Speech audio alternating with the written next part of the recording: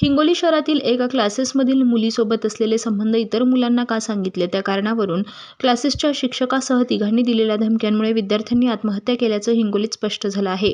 यावरून हिंगोली शहर पोलिसांनी तिघांवर आत्महत्येस प्रवृत्त केल्याच्या आरोपावरून 15 नोव्हेंबर रोजी रात्री उशिरा गुन्हा दाखल केलाय। औंढा नागनाथ तालुक्यातील मेथा येथील इयत्ता 12वी वर्गातील विद्यार्थी किरण लोंढे हा हिंगोली येथील एका क्लासेसमध्ये शिकवणी वर्गातील येत होता।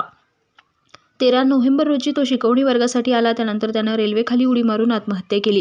त्याच्या खिशामध्ये चिठ्ठी आढळून आली आहे। क्लासेसमधील शिक्षक अनिल वानखेडे, ज्ञानेश्वर गिरी, सतीश थोरात यांच्या फसवणुकीला कंटाळून आत्महत्या करत असल्याचं चिठ्ठीत नमूद केलंय।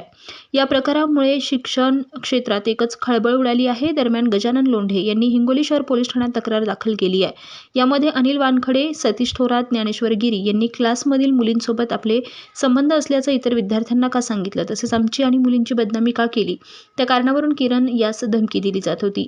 वरील तिघांकडून वारंवार दिला जाणारा मानसिक त्रास आणि धमक्यांना कंटाळून किरण यांनी आत्महत्या केल्याचं तक्रारीत नमूद केलंय। यावरून हिंगोली शहर पोलिसांनी वरील तिघांविरोधात आत्महत्येस प्रवृत्त केल्याच्या आरोपावरून गुन्हा दाखल केलाय।